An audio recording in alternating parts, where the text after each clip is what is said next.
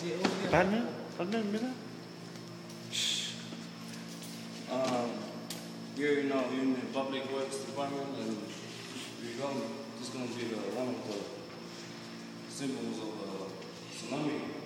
So here's people going to walk up here. There's going to be a flag over here. There's going to be a small swimming pool over here. And then people will come up, write their names. These are all the people that lost their lives on September 29th, 2009. So these were all the things that was destroyed by the tsunami.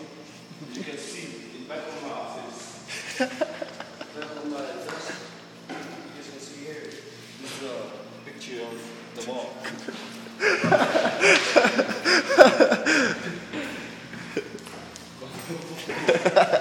As you can see here, you can see some drinks. It's a tsunami machine. It's a tsunami machine. This is where people got their drinks when they went to a tsunami. So people put their names in it,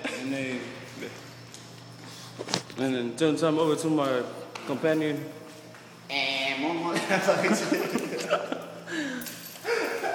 See, wait a minute.